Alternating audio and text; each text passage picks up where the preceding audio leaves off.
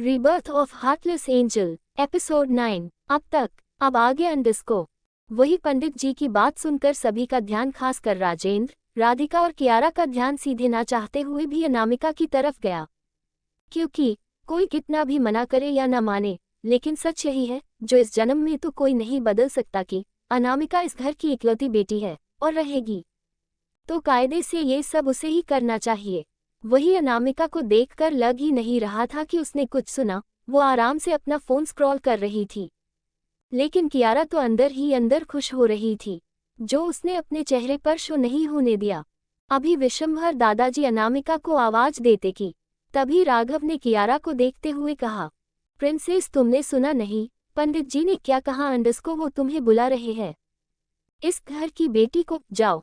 ये कहने का बाद राघव ने टेढ़ी नजरों से अनामिका को देखा, जिसके चेहरे पर हमेशा की तरह न्यूट्रल एक्सप्रेशन थे, जैसे उसे घंटा कोई फर्क नहीं पड़ा हो। कियारा के मन में तो जैसे खुशी के लड्डू फूटने लगे, लेकिन उसने एक्सप्रेशन ऐसे बनाए जैसे वो थोड़ी दुखी हो। लेकिन भाई, वो तो दी अंडस्को। बस अब कोई सवाल जवाब नहीं, तुम मेरी बहन हो, इस घर की बेटी। आगे जाओ और विधि पूरी करो। जी भाई। कियारा ने थोड़ा हिचकिचाने का नाटक किया, फिर धीरे से उठी और सीधे अनामिका की तरफ उसे चिढ़ाने वाले नजरों से देखा। किसी ने इस चीज का विरोध नहीं किया, लेकिन जैसा उसने सोचा वैसे उसका कोई रिएक्शन नहीं आया था, जिससे कियारा चिढ़ गई और पैर पटकते हुए सीधे पंडित जी के पास गई।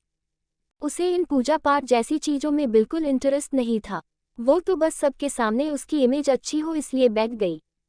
वही विशंभर जी को बहुत गुस्सा आया।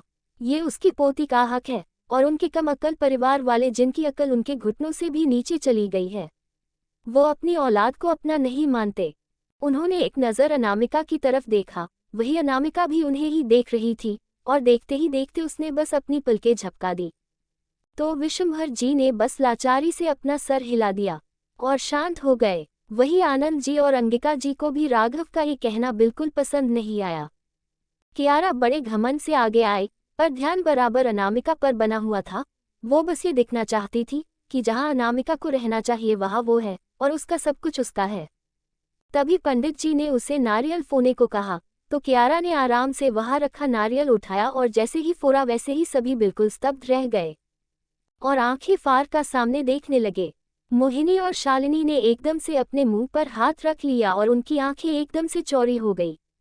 रितिका ने घबराहट और आश्चर्य के मिले जले भाव से चिल्लाया, ये क्या है? काला नारियल? हाँ, जैसे ही कियारा ने वो नारियल फोड़ा था, वो अंदर से बिल्कुल काला और सड़ा हुआ था। अपसगुन, घोर अपसगुन। अंडस्को। पंडित जी एकदम से गुस्से से बोले, ये तो अनर्थ है। उन्होंने राधिका जी की तरफ देखते हुए थोड़े ऊंचे आवाज में कहा, क्या आपको ज्ञात नहीं कि किसी भी पूजा अनुष्ठान में ऐसे सड़े हुए फल को रखना भी अपसगुन है, और नारियल जो कलश पर रखा जाता है उसका ऐसा सड़ा हुआ और काला निकलना घोर अशांति और अपसगुन की निशानी है। पंडित जी, पता नहीं ये कैसे? अंडस्को। माफ करिए पंडित जी, प्लीज इसका कुछ तो उपाय होगा, पता नहीं ये कैसे हो गया। राधिका जी एकदम से घबराते हुए बोली, उसने तो ये जिम्मेदारी कियारा को दी थी कि अच्छे फल चुनकर रखे। उन्होंने तुरंत थोड़े सख्त आवाज में कहा, कियारा नारियल तो तुम लाई थी न, क्या तुमने चेक नहीं किया था? वही कियारा एकदम से घबरा गई, उसका गला जैसे सूख गया, उसका दिमाग ब्लैंक हो गया अपसगुन सुनकर, और फिर राधिका जी के सवाल सुनकर। उसने घबराते हुए रोते हुए कहा, मॉम मुझे नहीं पता ये कैसे हुआ, मुझे समझ नहीं आ रहा, प्लीज मुझे माफ कर दीजिए, ये क्या हो गया मुझसे अपसगुन। अंडस्को। वो जोर जोर से रोने लगी। पंडित जी उठे, एक नज़र कियारा को देखा, जैसे नज़र से ही उसकी बातों को परख रहे हो, और फिर थोड़े रखे स्वर में कियारा से महा, लड़की झूठ मत बोलो, तुम्हारा मन पवित्र नहीं है। अगर तुम सच्चे मन से इस पूजा में भाग लेती तो ऐसा अनर्थ कभी नहीं होता। फिर उन्होंने गुस्सा होकर राधिका जी से कहा, मैं देख सकता हूँ इस लड़की के रहते इस घर में शांति निवास नहीं करेगी, क्योंकि इसका मन मलिन है, और जब मन मलिन हो तो अच्छे कार्य भी बिगड़ जाते हैं। वही शालिनी जी जो इन सब बातों को मानती है, उन्हें अब थोड़ी घबराहट होने लगी। कहीं रक्तांश और कियारा के बारे में सोचना उन्हें मुसीबत में न डाल दे। वो एकदम से अपने बेटे के भविष्य को सोचकर डर गई। तभी रागिनी जी घबराते हुए पंडित जी के सामने अपने हाथ जोड़ते हुए बोली, शांत हो जाए पंडित जी, इस घटिया लड़की की सजा को हम सबको न दे। ये इस घर की बेटी नहीं है, बस एक बदनुमा दाग है जिसे मेरे बेवकूफ बेटे बहू ने अपने सर बैठा रखा है। वही अपने लिए ऐसे शब्द सुनकर कियारा को बहुत गुस्सा आ रहा था। वो रोते हुए बोली, दादी माना मैं डैड मॉम की असली बेटी नहीं, लेकिन वो तो मुझे बेटी मानते हैं न, और अगर नारियल खराब निकला तो मैं क्या करूं, मेरी क्या गलती। राजेंद्र जी ने गुस्से से कहा, चुप रहो तुम। वही कियारा उनकी बात सुन एकदम से चुप हो गई। तभी पंडित जी ने रागिनी जी की तरफ देखते हुए कहा, मैंने पहले ही साफ कहा था कि सिर्फ इस घर की बेटी को पूजा में बैठने अंडस्को। कुछ तो उपाय होगा ना पंडित जी। कमीनी एकदम से आगे बढ़ी कि जिससे वो बोलते कि तभी अंडस्को कियारा को उनकी ये बात इस घर की बेटी बार बार सुनकर इतना गुस्सा आया कि वो एकदम से पंडित जी की तरफ मुड़ी, खुद को एक्सप्लेन करने के लिए कि अंडस्को। तभी नीचे आंकने से उसका पैर नीचे बीचे कालीन पर उलझ गया और वो सीधे पंडित जी तरफ गिरी, जिससे पंडित जी घबरा गए और खुद को संभाल नहीं पाए और धराम अंडस्को, हे प्रभु, अंडस्को के साथ सीधे नीचे जहां पूजा का सामान था वही पीठ के बल गिर गए और इसी के साथ उनकी चीख निकल गई और साथ में कियारा की भी। वो सीधे हवन कुंड में पास गिरी, जिसे वो जलता हुआ लाकरी पूरे फर्श पर बिखर गया। सब कुछ ही पल में स्वाहा हो गया। सभी लोग चीखते हुए कियारा और पंडित जी की तरफ भागे। रिक्तांश भी वहां आ गया था। उसने और स्वारांश ने और सिया ने मिलकर पंडित जी को उठाया। वही राधिका, राघव, रीतिका, राजेंद्र बाकी सब कियारा की तरफ भागे। वही किसी ने ध्यान नहीं दिया, लेकिन वही कुछ दूरी पर अनामिका पिलर के पास खड़ी बिना किसी भाव के साथ सामने देख रही थी। उसके होठ हल्के हिले और कुछ शब्द बेहद धीमे से कहा, स्वाहा अंडस्को हो गया ग्रह शांति अंडस्को, अमना अंडस्को ग्रह अशांति। कहकर उसके चेहरे पर टेढ़ी मुस्कुराहट आ गई। वही सामने पंडित जी एकदम से गुस्से से तमतमाते हुए उठे और कियारा की तरफ देखते हुआ गुस्से से कहा, ये लड़की आपके घर में लक्ष्मी नहीं बल्कि अलक्ष्मी लेकर आई है। ये बेहद कपटी और अपसगुनी लड़की है जो तुम्हारे घर में विनाश का कारण बनेगी। ये पापी है, ये एक राक्षसी प्रवृत्ति की लड़की है। मैं आप सब ये यही कहूँगा, जिसके भी घर ये लड़की जाएगी वो घोर दुख भोगेगा, उसका विनाश हो जाएगा अंडस्को। वही पंडित जी की एक एक बात सुनकर सभी सुन्न रह गए। वही कियारा का दिमाग बिल्कुल ब्लैंक हो गया। एक साथ इतना श्राप, अपसगुनी, राक्षसी, अलक्ष्मी, पापी अंडस्को, बस यही शब्द उसके दिमाग में घूमने लगे। उसका चेहरा पिला काला फिर सफेद पर गया। उसके दिमाग के चारों तरफ तारे नाचने लगे, डिजी डिजी, और वो वही बेहोश हो गई। पंडित जी की बात सुन सभी को सदमा लग गया था। तभी पंडित जी ने अपना सामान उठाया और अपने साथी के साथ वहां से जाने लगे। सभी ने उन्हें रोकने की कोशिश की पर उन्होंने किसी की एक नहीं सुनी। लेकिन जाते जाते उनकी नज़र पिले के पास खड़ी अनामिका पर गई। वो कुछ पल गौर से उसे देखते रहे, फिर एकदम से पलटकर राजेंद्र जी और राधिका के तरफ देखते हुए थोड़े रहस्यमयी और गहरी आवाज में बोले, मोह बहुत ही बलवान होता है, वो आपके दिमाग को नियंत्रण करता है। अब भी कुछ समय है, मोह का त्याग कर सत्य को देखो, वरना विनाश संभव है। उनकी बातों में एक चेतावनी और गहरा अर्थ छुपा हुआ था। इतना कहकर उन्होंने एक गहरी नज़र से कियारा को देखा जो फिलहाल नीचे पड़ी बेहोश थी। फिर बिना कुछ बोले सीधे बाहर की तरफ चले गए। वही पीछे राजेंद्र और राधिका दोनों सोच में पड़ गए कि ये पंडित जी क्या कह कर गए। अंडस्को कौन सा मोह, कौन सा सत्य, अंडस्को। लेकिन दादाजी और दादी जी अच्छे से समझ गए थे कि वो कितनी बड़ी बात उनके बेटे और बहू को कह कर गए थे। लेकिन इन कमकलों को अकल कहाँ है जो ये कुछ समझे अंडस्को। वही अब तब राघव ने कियारा को उठाकर सोफे पर लिटा दिया और रितिका ने उसके चेहरे पर कुछ पानी के छींटे मारे, जिससे वो धीरे धीरे वो होश में आने लगी। तब जाकर सबने चैन की सांस ली और सभी अब उसको घेर कर खड़े थे। वही शालिनी जी वहां खड़ी तो थी, पर उसका दिमाग अब भी पंडित जी की बातों में अटका था। उसने एक बार अजीब नजरों से कियारा को देखा, फिर रक्तंश को। बहुत कुछ चल रहा था उनके दिमाग में। खैर अंडस्को कियारा जैसे ही होश में आए, उसके दिमाग में कुछ समय पहले की सारी घटना याद आ गई। वो तुरंत अपने भाई के गले लगकर जोर जोर से रोते हुए बरबराने लगी, भाई मैंने कुछ नहीं किया, पता नहीं कैसे वो नारियल ऐसा निकल गया और मेरे कारण पूजा भी अधूरी रह गई। भाई उन्होंने मुझे अपसागुनी कहा और पता नहीं क्या क्या, ये सब मेरे कारण हुआ भाई, मॉम डैड अंडरस्को कहकर वो सिसकने लगी। लेकिन अचानक से उसकी नज़र सामने बैठी अनामिका पर गया, जो उसे ही टेढ़ी मुस्कुराहट के साथ देख रही थी, जैसे उसका मजाक उड़ा रही हो, बिना कुछ कहे अंडरस्को। कुछ पल कियारा ने गौर से उसका चेहरा देखा, तभी उसकी आंखें चौड़ी हो गई। इसका मतलब कहीं इसने तो नहीं अंडरस्को, ये सोचकर ही उसकी आंखें एकदम से फैल गए।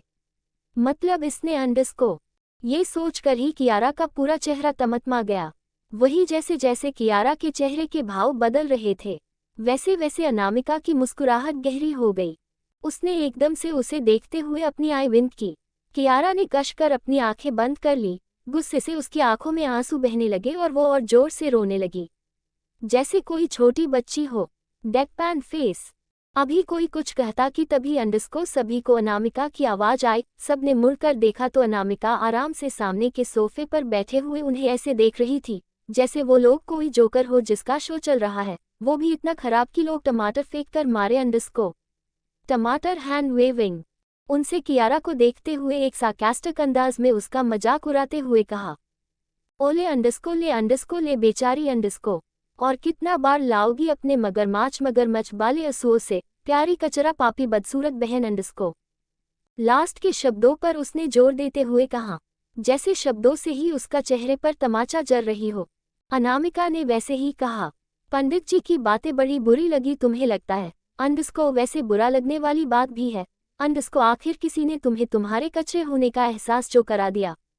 आखिर क्या ही गलत बोला, उन्होंने तो एक तरह से तुम्हारी तारीफ ही की है, वरना कचरों की तारीफ कौन ही करता है, तुम्हें तो खुश होना चाहिए है न। अनामिका की ताने राघव को बिल्कुल पसंद नहीं आया। राघव ने दांत पिसते हुए कहा, तुम अंडरस्को चुप नहीं रह सकती कुछ देर? तुम्हें दिख रहा है ना उसकी क्या हालत है? इतना सब हो गया और तुम्हें सब मजाक लग रहा है? मारी नहीं है अभी, जिंदा ही है, इतना भौंक क्यों रहे हो? अनामिका ने बिना किसी भाव के कहा। राघव की तरफ कड़ी निगाहों से देखते हुए कहा, अनामिका अंडरस्को। इस बार राजेंद्र जी गुस्से से गरजे। उन्हें उसकी ये बातें बिल्कुल अच्छी नहीं लगी, क्योंकि कियारा उनकी सबसे प्यारी बेटी थी। उन्होंने उसे पाला था, वो उसे बहुत प्यार करते थे, उसके बारे में वो ऐसी बातें नहीं सुन सकते थे। पहले उन्होंने अनामिका को नहीं रोका, शायद वो शर्मिंदा थे, लेकिन अब ऐसे शब्द और ऐसा बर्ताव उनकी बर्दाश्त के बाहर हो गया था। वही उनके इस तरफ चिल्लाने से अनामिका की आंखें एकदम से सर्द और गहरी हो गई। आवाज नीचे मिस्टर राठौर अंडरस्को, अपनी आवाज को काबू में रखिए। लगता है पिछले घंटना से आपको कोई सीख नहीं मिली है। उसकी इस बात पर राधिका, कामिनी, कियारा, सोनाली सभी सिहर उठे। वही महेश्वरी परिवार तो कुछ जानते ही नहीं थे, लेकिन अनामिका का ऐसा ऑरा उन्हें भी चौंका रहा था। वही राजेंद्र जी ने उसे घूरते हुए गुस्से से कहा, अच्छा क्या कर लोगी तुम? हाँ, मैं भी देखूं जरा अंडरस्को। मैं बाप हूँ तुम्हारा और ये सच नहीं बदलने वाला। मैं कब से तुम्हारी बदतमीजियां बर्दाश्त कर रहा हूँ। तुम सबकी इंसल्ट किए जा रही तो घर पर मेहमान आए हैं, लेकिन तुम्हें हमारी इज्जत से कोई फर्क ही नहीं पड़ता। कियारा के ऐसे हालात हो गई, पूजा में इतना बड़ा अफसुन हो गया, लेकिन तुम्हें कोई फर्क नहीं पड़ता। तुम सच में मन अंडरस्को। बस बहुत हुआ, अनामिका ने गुस्से से गरजी। और कौन सा बाप? हाँ अंडरस्को, किस बाप की बात कर रहे हैं आप? मेरा बाप तो उसी दिन मर गया था, जब उसने मेरे जगह एक घटिया कचरे की गुड़िया को सड़क से उठाया था। आपकी बीबी की हालत खराब थी, क्योंकि उसने अपने आंखों के सामने अपनी बेटी को मरते हुए देखा, वो सदमे में थी। उसके बाद मेरे महान नाम के बाप ने एक महान पुण्य का काम किया। उसने एक सड़क से एक कचरे को उठाकर मन बहलाने के लिए अपनी बीवी को लाकर थमा दिया। और मेरे महान घटिया बाप और महान ममता की मूर्ति ये औरत, उसने राधिका के तरफ इशारा किया, इस औरत ने कुछ दिनों में ही अपनी मरी हुई बेटी को भुला दिया। स्ट्रेंज, कोई माँ इतनी जल्दी अपने बच्चे को भूल भी गई और नया बच्चा अपना भी लिया, जैसे मैं कभी थी ही नहीं इनकी लाइफ में। क्या मैं एक खिलौना थी तुम दोनों घटिया लोगों के लिए? तब कहा था आपके बाप का फर्ज, जब आपकी वही मरी हुई बेटी लौट कर आई थी, तब कहा गई इस ममता की मूर्ति की ममता आखिर मेरे लिए ही तो ये सदमे में गई थी ना। तो जब मैं लौट कर आई तो क्या इनकी ममता और आपका प्यार सब मर गया था, याद है ना अंडरस्को? या याद दिलाऊं? मुझे नौकर की तरफ घर में रखा गया, क्या तब तुम्हें अपने बाप का फर्ज याद नहीं आया? मुझे जलती धूप में खड़ा किया गया, मारा पिटा गया, तब इस औरत का दिल नहीं कांपा, अपनी कोख से जन्मी औलाद के साथ कौन माँ बाप ऐसा करता है। तब कहा था मेरा यही बाप जब मैं 2-3 दिन तक भूखी बंद रहती थी। तब अब का अंदर का नकारा बाप कहाँ मर गया था। जब मुझे मेरी माँ बाप की सबसे ज़्यादा ज़रूरत थी तब मेरे कौन माँ बाप नहीं थे मेरे पास, कभी नहीं। तब मुझे कुछ बोलने के पहले अपने गिरेबान में झाँक कर देखिए मिस्टर राठौर कि मनहूस कौन है, और जानते हैं जवाब क्या मिलेगा। यहाँ की मिस्टर राजेंद्र राठौर एक मननहुश है, उसकी बीवी मनहुश है। मिस्टर राठौर बाप के नाम पर कलंक है। आप अंडरस्को। अगर इतना ही बाप बनने का शौक था मेरा तो आज तक कहाँ मर गए थे आप। कौन सा ऐसे माँ बाप होता है जिसे कभी ये तक जानने की कोशिश नहीं की कि उनका बच्चा 6 साल से कहाँ है, किस हाल में है, जिंदा है या फिर मर गई। अंडरस्को। और आज अचानक से आपको अपने बाप होने की याद आ गई। वाह, such a joke you are. अंडरस्को। मेरी एक बात को ध्यान से कान खोल कर सुनिए। मेरा बाप बहुत पहले मर गया। खबरदार जो अपने खुद को मेरा बाप बोला तो। लास्ट वर्ड उसने गरजते हुए कहा और गुस्से से सामने पड़े टेबल पर लात मारी, जिससे वो कान से तराशा हुआ टेबल पल भर में चकनाचूर हो गया। वो आवाज इतनी तेज थी कि सभी सुन रह गए। उसके कुछ टुकड़े सीधे राजेंद्र जी के घुटने और पैरों पर जोर से जाकर लगी, जिससे उनकी चीख निकल गई। वही हाल में खड़े सभी लोग सुन हो गए। कियारा डर और गुस्से के मारे 2 कदम पीछे उछल गई और खरी खरी कांपने लगी। राधिका जी एकदम से बुत बनी नीचे जमीन को घूरे जा रही थी। राजेंद्र जी के आंखें में दर्द, शर्म, पछतावा और पता नहीं कैसे कैसे भाव उमड़ आए। हॉल में मौजूद सभी लोग एक पल के लिए एकदम से सूखे पत्ते की तरफ कांप गए। सबने अनामिका की तरफ डरते हुए देखा तो सबकी सिस्से एक पल के लिए रुक से गई, क्योंकि वो बिल्कुल अलग लग रही थी, हद से ज्यादा खतरनाक। उसकी आग उंगलती नीली आंखें फिलहाल एक तक राजेंद्र जी को घुरे जा रहे थे। राजेंद्र जी ने एकदम से चीखते हुए अपनी नजरें सामने की तरफ की तो एक पल के लिए उन्हें लगा अंडरस्को कि उनके शरीर से उनकी रूह अलग हो जाएगी। उनके मुंह से आवाज तब बाहर नहीं आ रही थी। लिविंग हॉल का वातावरण एकदम ठंडा हो गया था, जो सब बखूबी महसूस कर सकते थे। तभी अनामिका की सर्द आवाज वहां गूंजी। उसने उन सभी दोगले दुमोह वाले लोगों को देखा, जिन लोगों ने मिलकर उसे क्या से क्या बना दिया। उसका पूरा बचपन, इवन पूरा एक जन्म बर्बाद कर दिया इन दोगले लोगों ने। इतना तो कोई सांप भी जहरीले नहीं हुए होंगे जितना ये लोग थे। विशंभर जी, रागिनी, सिया, सभी की आंखें उसकी बात सुनकर नम हो गई और उन लोगों ने नफरत से राजेंद्र और राधिका, राघव को घूरा। सिया को तो घिन आ रही थी। कामिनी तो उसकी अपनी माँ थी ही नहीं, और रंजीत से उसे कभी उम्मीद नहीं थी, क्योंकि वो तो उसकी माँ को ही कुछ नहीं मानता था। तो उसे तो क्या ही मानेगा। वो इमेजिन भी नहीं कर सकती थी कि एक माँ कभी अपने बच्चे के साथ ऐसा कर सकती है। वो हमेशा अपनी माँ को याद करती थी। अगर उसकी माँ ने उसके साथ ऐसा किया होता तो वो तो मर ही जाती। ये सब सोचकर उसे अनामिका के लिए बहुत बुरा लग रहा था। उसका दिल दर्द करने लगा। उसे इन लोगों से अब घिन होने लगी थी। राधिका तो बुत बनी एक जगह खड़ी थी। उसका दिमाग अनामिका की एक एक बात सुनकर ब्लैंक हो गया था। उनका दिल एकदम से जकड़ा हुआ महसूस हो रहा था, जैसे किसी ने उसे आईना देखा दिया हो, सच का आईना। आंखों से आंसू बह रहे थे। लिविंग हॉल में मौत के जैसा सन्नाटा फैला हुआ था। वही रक्तंश की गहरी नजरें एकटक अनामिका को देख रही थी। उसके चेहरे के भी एक्सप्रेशन अनामिका की एक एक बात सुनकर बदल रहे थे। हैरानी तो थी, कुछ और भी था। क्या उसके परिवार वाले उसे अच्छे से ट्रीट नहीं करते थे? उसे याद आया कि बचपन में भी उसने कभी इन लोगों को अनामिका के पास कभी प्यार से बैठे नहीं देखा, जबकि वो तो इस घर की असली बेटी थी। क्या वो हमेशा तकलीफ में थी? उसने अचानक से अपना दिमाग झटका। उसे क्यों फर्क पड़ रहा है इस लड़की से? लेकिन न चाहते हुए भी उसकी नजरें अनामिका पर जा रही थी। तभी अंडरस्को। अनामिका सीधे बाहर की तरफ जाने लगी। दादी माँ ने उसे रोकने के लिए कुछ कहना चाहा लेकिन कह नहीं पाए। दादाजी ने उन्हें रोक दिया। वो जानते थे उनकी पोती अभी गुस्से में है। वही अनामिका राजेंद्र की थोड़ा आगे जाकर रुकी और सर्द आवाज में कहा, आयदा याद रहे, मुझे अपनी डिसरेस्पेक्ट करने वाले लोग बिल्कुल नहीं पसंद, और अगर मुझसे रिश्ता जोड़ने की कोशिश भी की तो अंडस्को तो जमीन के अंदर अपनी कब्र खुद तैयार कर लेना। उनकी आवाज बिल्कुल जहरीली और गहरी थी, जैसे वो बोल नहीं रही हो बल्कि चेतावनी दे रही हो अंडस्को। वो सीधे बिना किसी को देखे घर से बाहर निकल गई और बाहर निकलते के साथ ही वो एकदम से रुकी। अब उसके चेहरे पर कोई भाव नहीं थे। वही लिविंग हॉल में अनामिका के जाने के बाद राजेंद्र अपने घुटनों पर गिर गया, जैसे उनके घुटनों में जान ही न हो। उसके दिल में अनामिका की हर बात गहरी असर कर गई थी। जब अनामिका ने उसके जीते जी उसे मरा हुआ कह दिया, ऐसा लगा कि कुछ खो दिया उन्होंने। अंडस्को उनके कंधे ढीले पड़ गए, जैसे जान ही न हो। वही बाहर खड़ी अनामिका सीधे अपने कार में जाकर बैठी। गाड़ी के ड्राइविंग सीट पर शेरा बैठा हुआ था। उसने पीछे मुड़कर देखने की कोशिश नहीं की, क्योंकि अनामिका का ऑरा अभी बेहद खतरनाक लग रहा था। वही अनामिका ने एक नज़र बाहर उस बड़े से राठौर मैंशन को देखा और देखते ही देखते उसके चेहरे पर बेहद अजीब से भाव आ गए। बहुत कुछ चल रहा था उसके दिमाग में, जिसे सिर्फ एक ही इंसान जान सकता था, और वो थी अंडस्को खुद अनामिका। उनसे अपना ध्यान सामने किया और इसके साथ ही शेरा ने गाड़ी आगे बढ़ा दी। अनामिका ने अपना सर सीट से टिका दिया और आंखें बंद कर दी। कुछ सोचने लगी। ये सारा पूजा वाला नारियल वाला ड्रामा उसका ही किया धरा था।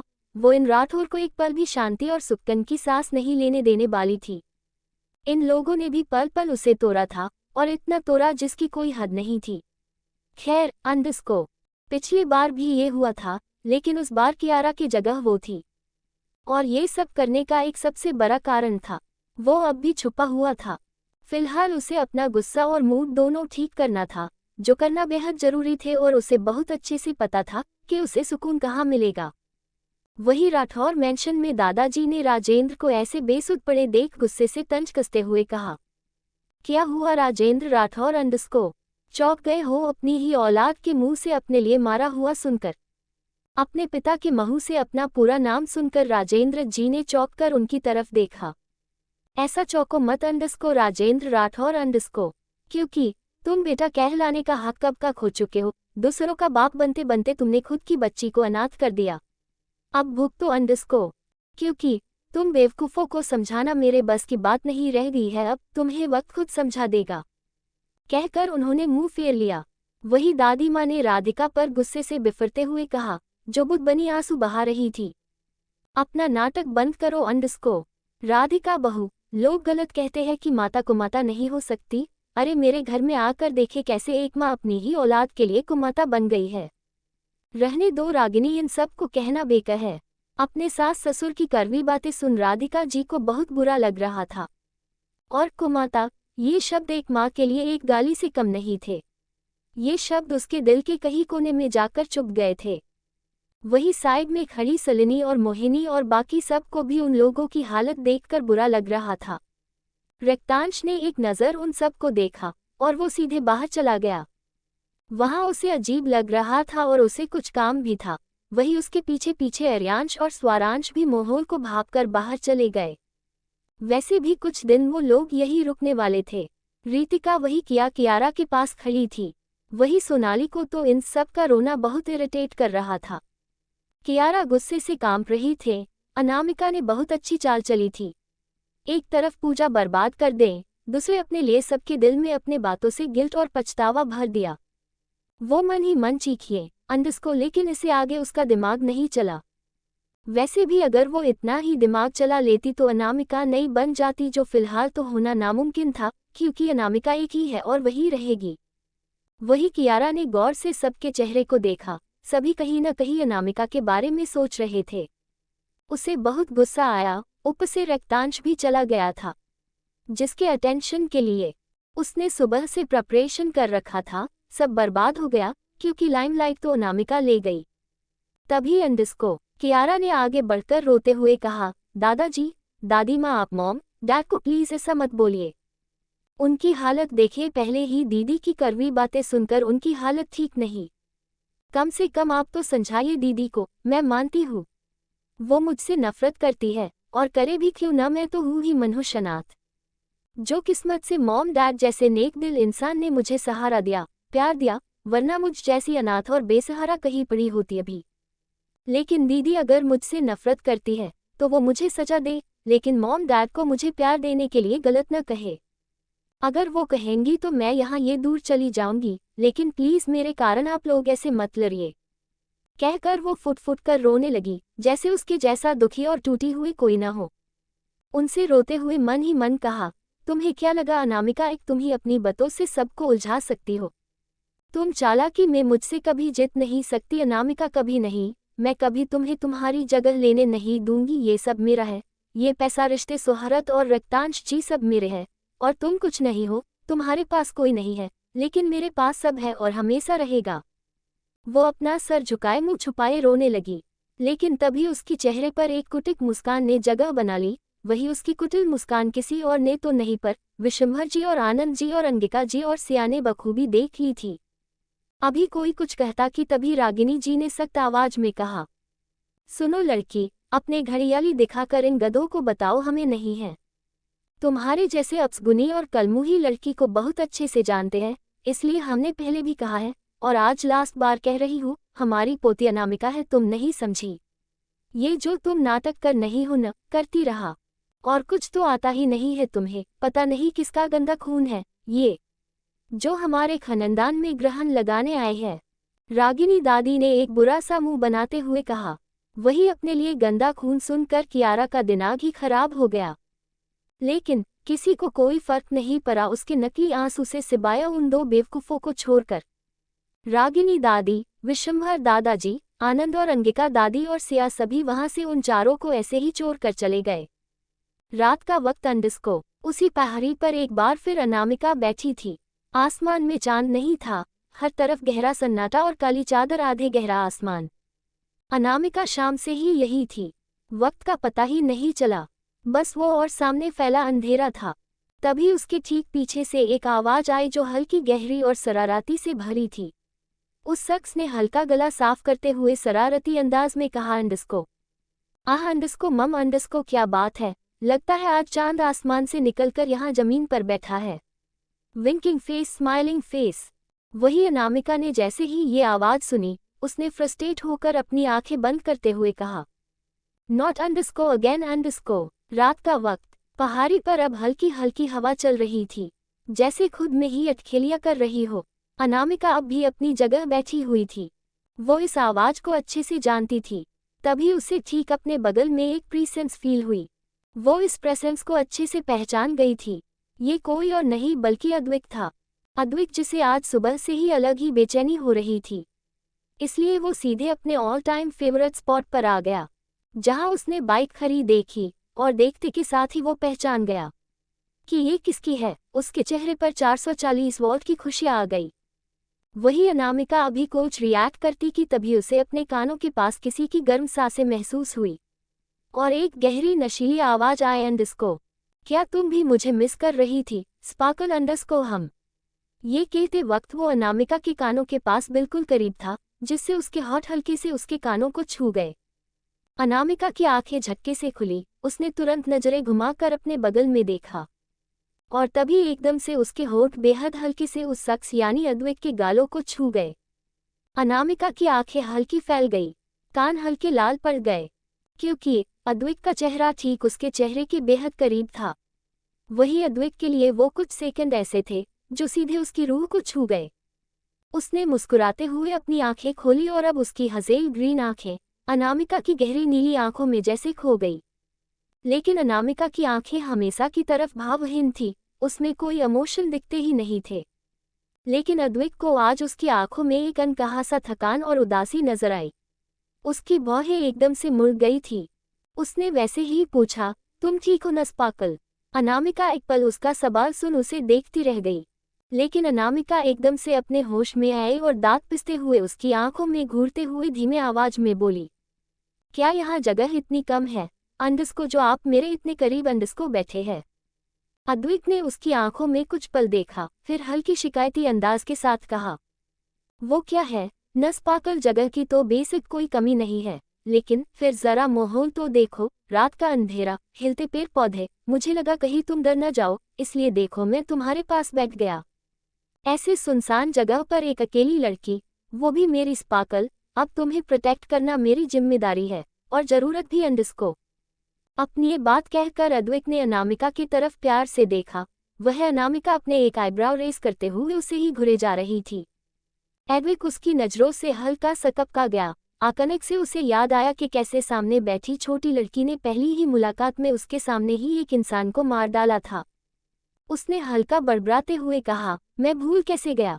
ये तो डरने वालों में से नहीं मारने वालों में से है। इसे क्या ही भूतों चुड़ैलों से डर लगेगा। भूत भी खुद ही डर कर भाग जाएगा।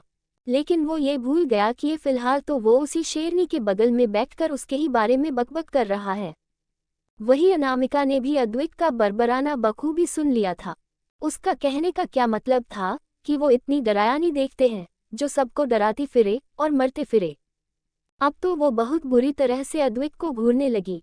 वही अद्वैत को अचानक महसूस हुआ जैसे किसी की खौलती नजरें उस पर ही टिकी है। उसने झट से अपने बगल में देखा तो एकदम से उसकी आंखें बड़ी हो गए।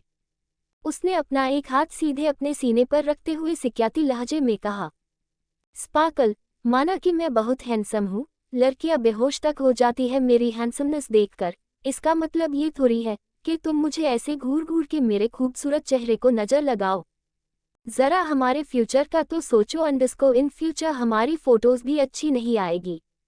अनामिका ने अजीब नजरों से उसे घूरा और एक सार्काज़्म के साथ उसे ऊपर से नीचे तक देखते हुआ कहा, हैंडसम? कौन हैंडसम अंडरस्को? मुझे तो यहाँ कोई हैंडसम इंसान नजर ही नहीं रहा। आप किसकी बात कर रहे हैं? उसका जवाब सुन अद्वैत का चेहरा देखने लायक था। भले वो लड़कियों से दूरी रखता था, लेकिन वो हमेशा अपने लुक्स अपनी बॉडी सब को मेंटेन करके रखता था। वो सच में इतना हैंडसम था कि अगर एक नज़र भर वो किसी लड़की को देख भी ले तो वो वही बेहोश हो जाएगी।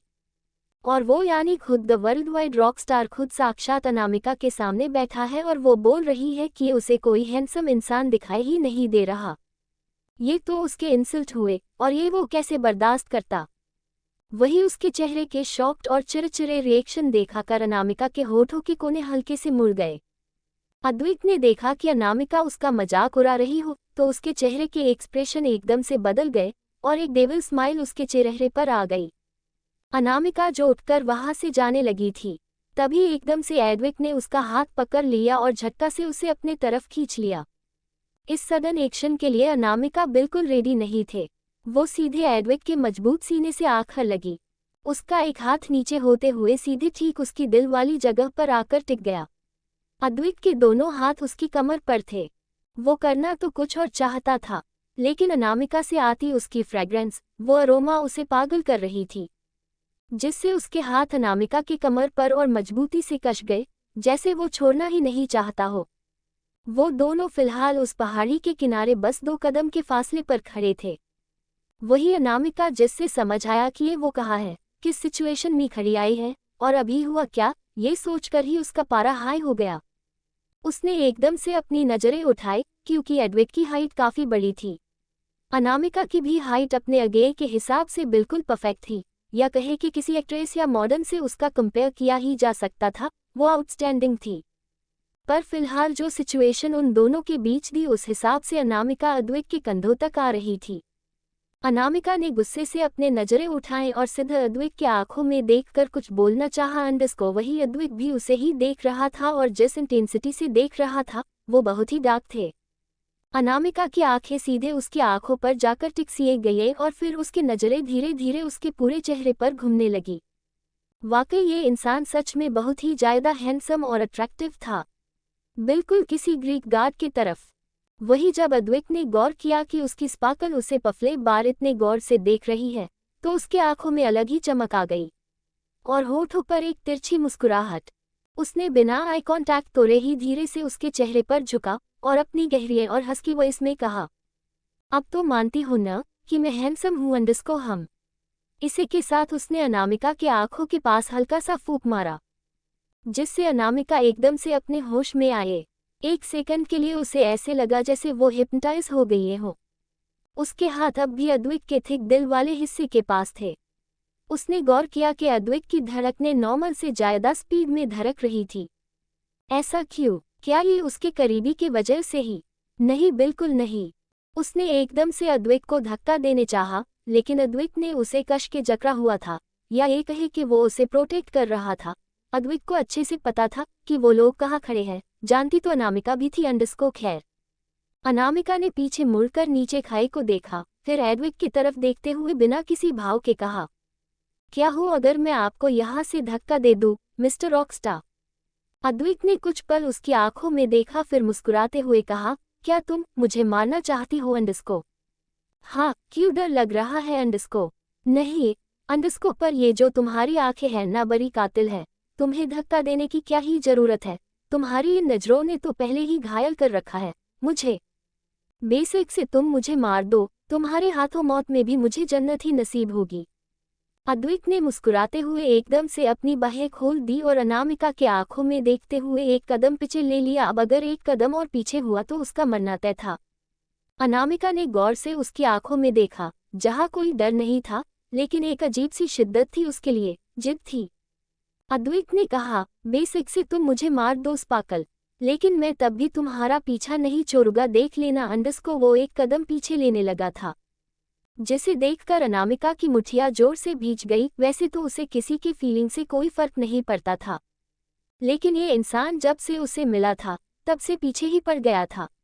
वो चाहते तो एक गोली से उसका काम तमाम कर सकती थी, लेकिन वो अद्विक को कोई नुकसान नहीं पहुंचाना चाहते थे। एक अजीब सा कनेक्शन फील होता था उसे।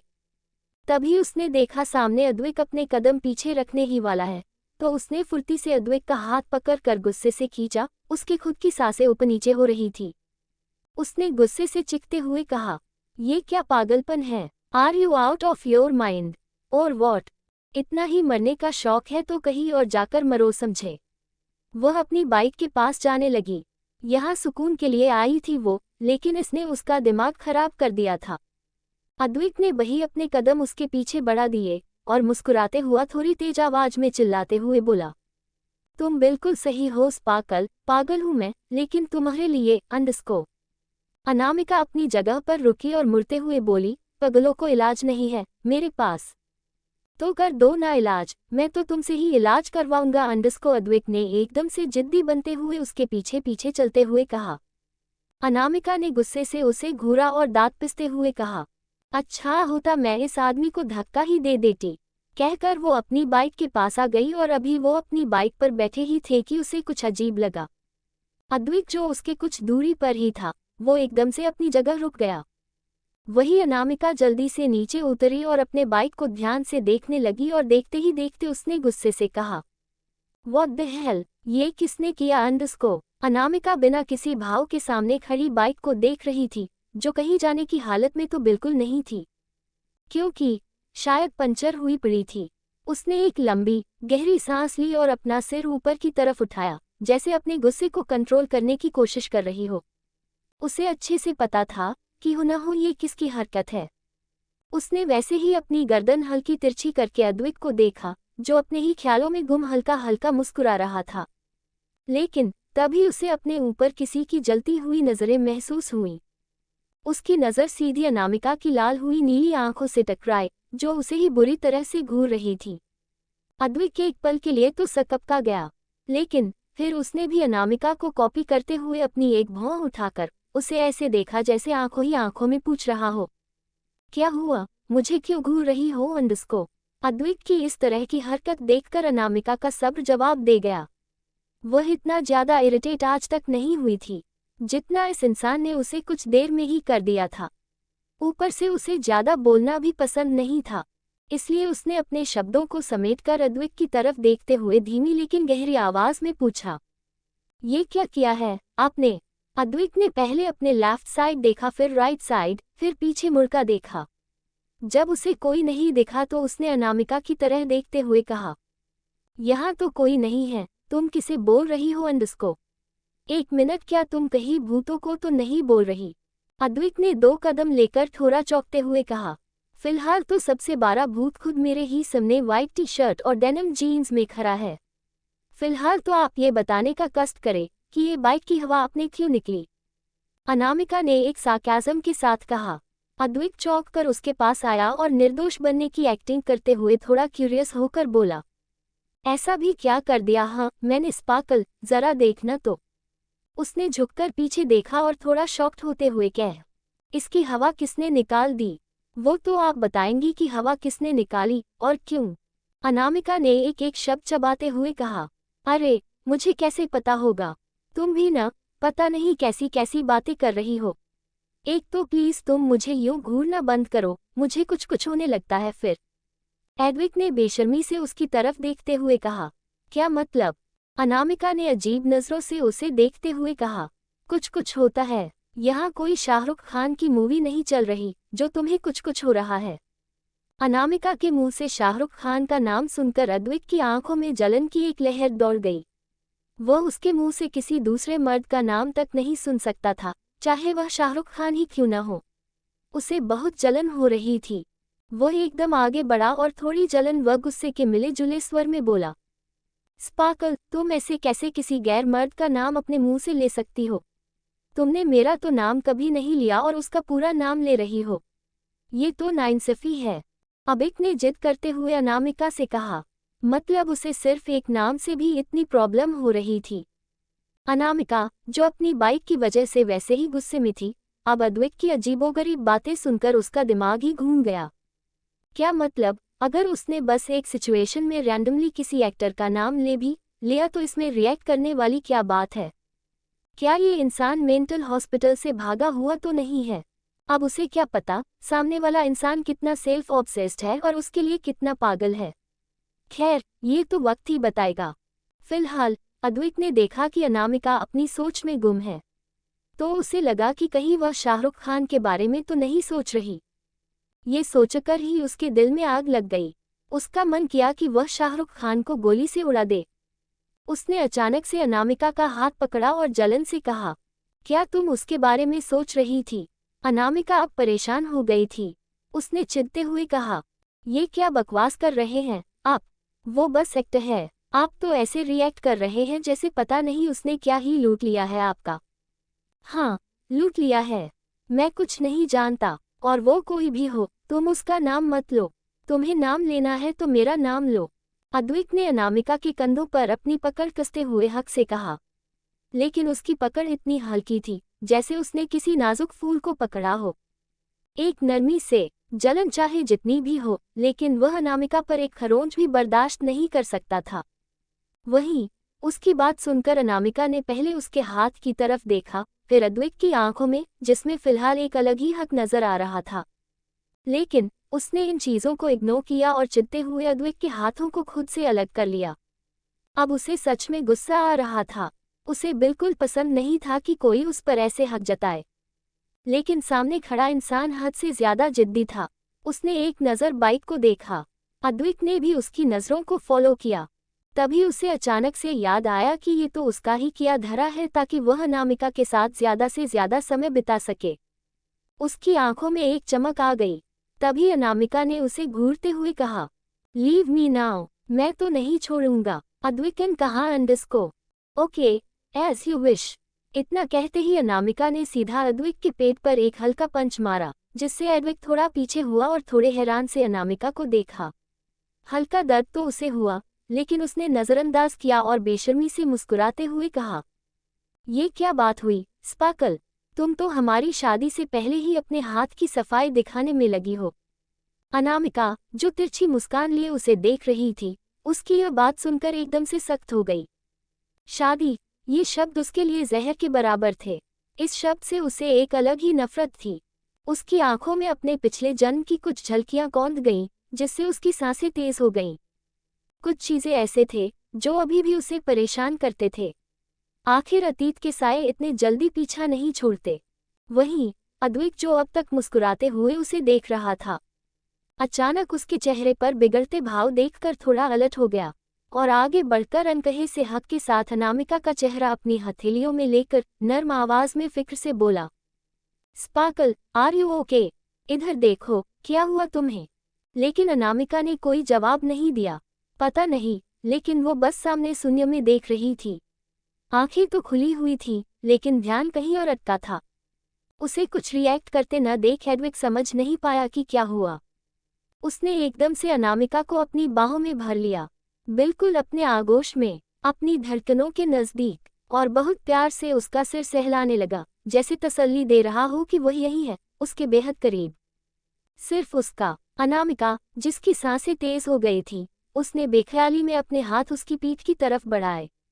लेकिन अचानक, जैसे नींद से जागी हो, उसने खुद को देखा तो वह अद्विक की बाहों में थी। लेकिन उसे कहीं से भी गलत फीलिंग नहीं आ रही थी। उल्टा एक अजीब सा अपनापन महसूस हो रहा था। कोई गलत फीलिंग नहीं, लेकिन तभी अतीत की यादें एक बार फिर उसकी आंखों में किसी फिल्म की रील की तरह गुजर गईं, जिससे उसके हाथ वहीं हवा में रुक गए। इस बार उसकी आंखें हद से ज्यादा लाल नजर आ रही थीं। एक बार फिर से उसकी आंखें खाली हो गईं। उसने झटके से अद्विक को खुद से अलग किया और बिना अद्विक को देखे आगे बढ़ गई। अद्विक हल्का बेचैन हो गया।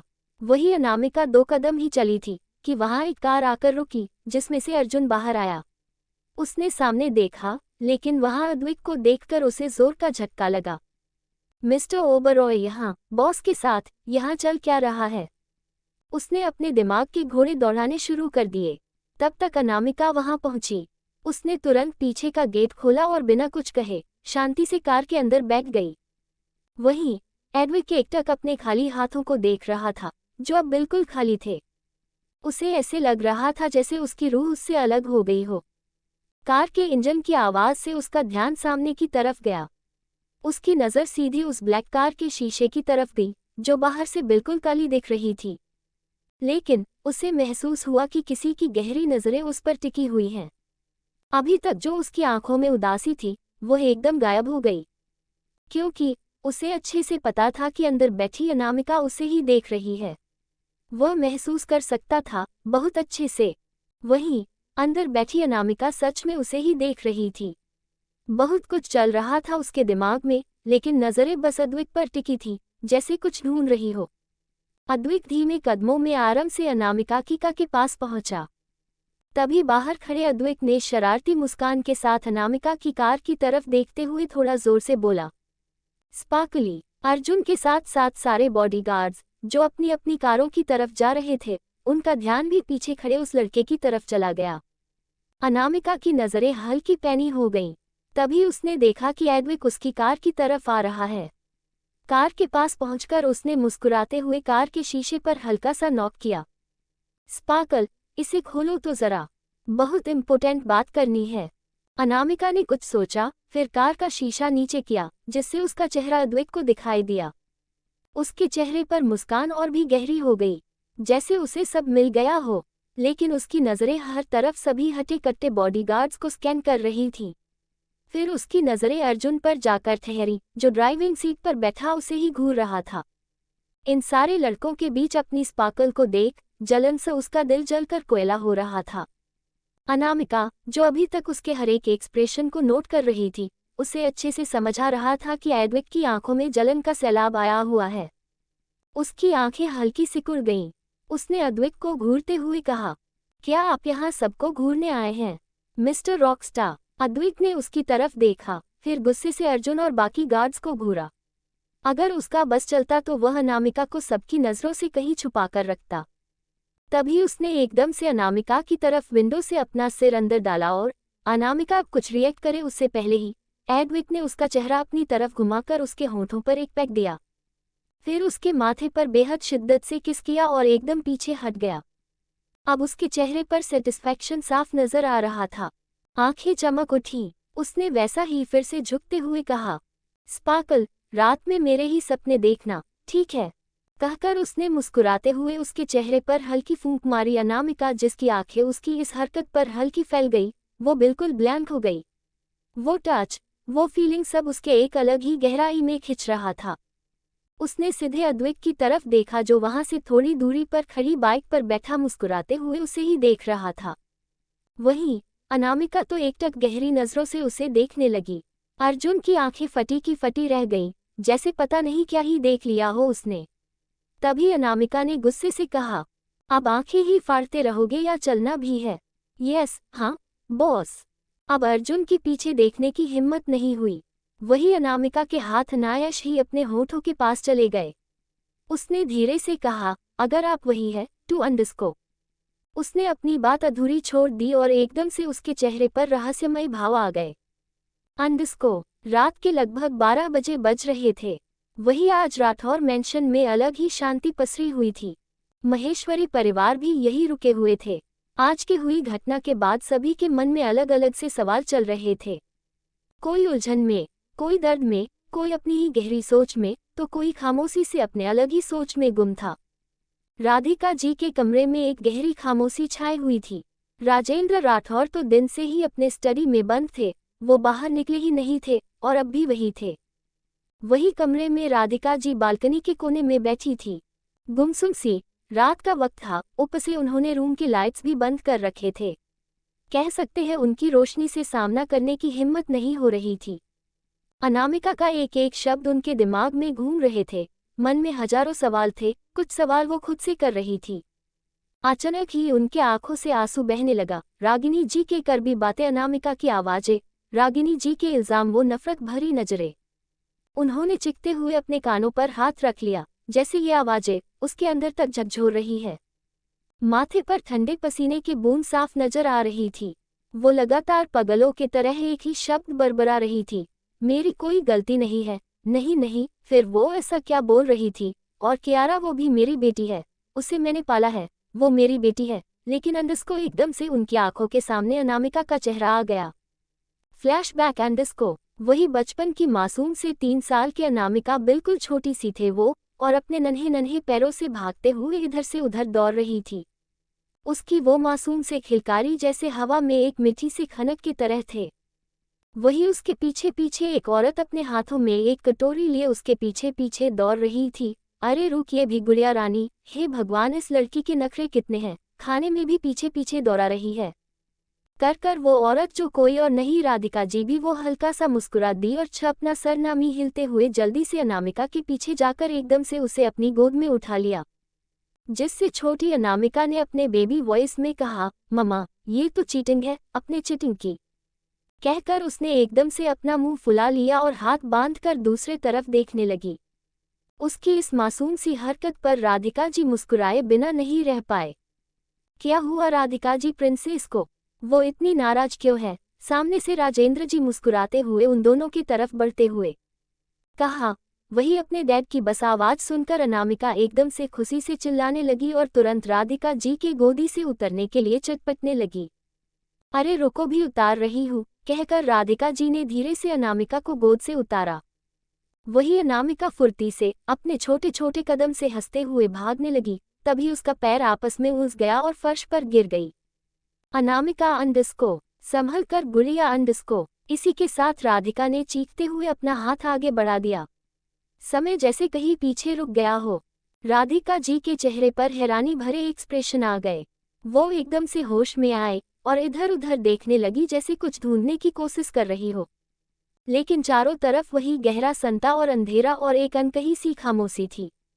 क्या मुझसे कोई गलती हो गई है? क्या सच में मैं एक माँ के नाम पर कलंक हूँ? क्या मैं सच में एक बुरी माँ हूँ? राधिका जी एक अलग ही उलझन थी। अतीत की यादों ने उन्हें झकझोर कर रख दिया। दिल एकदम से भारी हो गया हो। वो अब भी सही और गलत में फर्क नहीं कर पा रही थी। कहते हैं ना, जब आंखों में मोह की पट्टी बंधे हो तो कुछ समझ नहीं आता और लोग गलतियां पे गलतियां करते जाते हैं। वही दूसरे तरफ एक अंधेरे कमरा, जिसमें बालकनी की साइड लगे पर्दे हवा से हल्के हल्के उड़ रहे थे। वही बाहर बालकनी से रोशनी अंदर बेड पर भी हल्का हल्का पड़ रही थी। देखने से ऐसा लग रहा जैसे वो कुछ बरबरा रहा हो। चेहरे पर ठंडे पसीने की बूंद साफ दिख रही थी, जैसे कोई बुरा ख्वाब उसे परेशान कर रहा हो। एक लड़की, एक मंडप जहां 2 लोगों की शादी हो रही थी। सब कुछ धुंधला सा था, लेकिन वही उस दूल्हे की नजरें अपनी दुल्हन पर ना होते हुए सामने एक लड़की पर थी, जहां वो लड़की खुद भी उसे ही देख रही थी। आंखें जिसमें बेतहसा दर्द और एक टूटी बिखरी मोहब्बत भरे आंखों जो फिलहाल आंसुओं में डूबी हुए थे, लेकिन जुबान पर एक लफ्ज नहीं थे। बस वो आंखें, वो नीली आंखें, चेहरा हल्का धुंधला। तभी पंडित जी ने कहा, शादी संपन्न हुए। वही उस लड़की की आंखों में कुछ टूट गया, फिर सीन एकदम से बदला। वो लड़की अब जमीन पर पड़ी हुई थी, खून से लिथपथ, पूरा चेहरा खून से भरा, हर तरफ खून ही खून। अब उस लड़की की नजरों बिल्कुल खाली हो गई थी, जैसे कोई उम्मीद ही बाकी ना हो, और वो वैसी तड़पते हुए अपने सामने उस शख्स को देख रही थी जिसके हाथ में गन थी। और इसी के साथ उसके होठों पर एक टूटे हुए दर्द बाहरी मुस्कुराहट ए गए। और इसी के साथ उसने अपनी आंखें बंद कर ली। नहीं, अंडस्को चिखते हुए रक्तंश एकदम से अपनी नींद से जगा। हाँ, ये कोई और नहीं, रिक्तांश ही था। आज फिर वही सपना, वही बेनाम लड़की। अंडस्को कहते हुए उसने अपने हाथों से अपने बालों को पीछे किया। उसे अब घुटन से हो रही थी, लेकिन क्यों पता नहीं। रक्तांश एक पल समय देख, फिर ड्रॉअर से एक सिगरेट लिया और सीधे बालकनी के पास चला गया और सिगरेट की लंबी लंबी कश लेने लगा, जैसे अपने बेचैन दिल को थोड़ा शांत कर रहा हो। लेकिन जितना वो उस सपने के बारे में सोचता उतना ही उलझता जाता। उसने गहरी कर्कश आवाज में कहा, कौन हो तुम? क्यों बेचैन कर रही हो मुझे? आखिर क्या रिश्ता है मेरा तुमसे? रक्तांश को ऐसे सपनों की कुछ ढूंढली यादें हमेशा से परेशान करती थी। उस लड़की की नीली आंखें, जैसे उससे उसका कुछ रिश्ता है। फिलहाल रक्तांश अपनी सोच में गुम था। रात का समय था तो उसने अपनी शर्ट उतार रखी थी। तभी उसकी काली गहरी आंखें सामने से आ रही एक कार पर टिक गई। वो बहुत गौर से उस कार को देख रहा था। तभी उसमें से अनामिका बाहर आई। सभी गार्ड्स ने रिस्पेक्टफुली अपना सर झुका लिया। रक्तांश की पैनी नजरें उसके एक एक एक्सप्रेशन को गौर से देख रही थी। वही अनामिका जो अंदर आ रही थी। वो एक पल के लिए रुकी और सीधा अपना चेहरा रक्तांश की बालकनी की तरफ मोड़ दिया। उसकी गहरी नजरें रक्तांश को देख रही थी। वही रक्तांश पता नहीं क्यों पर हल्का बेचैन हो गया, क्योंकि अनामिका की नीली आंखें उसे बिल्कुल अपने सपनी वाली लड़की की तरह लगी। वही खालीपन, वही अनामिका ने उसे इग्नोर किया और आगे बढ़ गई। उसे जाते देख रक्तांश अपनी ही सोच में गुम था। तभी उसके फोन पर एक मैसेज आया। उसने एक नज़र उस मैसेज को देखा तो उसकी भाई आपस में सिकुड़ गई। उसने एकदम से अनामिका की तरफ देखा। उसकी नज़रों में कुछ अजीब था। रक्तांश ने गहरी संदेह भरी आवाज में कहा, आखिर कौन हो तुम अंडस्को? वही अनामिका जो अंदर जा रही थी। वो एक पल के लिए रुकी और अजीब सी आवाज में कहा, तुम्हारी बर्बादी अंडस्को। इसी के साथ उसके चेहरे के भाव सर्द हो गए। To be continued अंडस्को।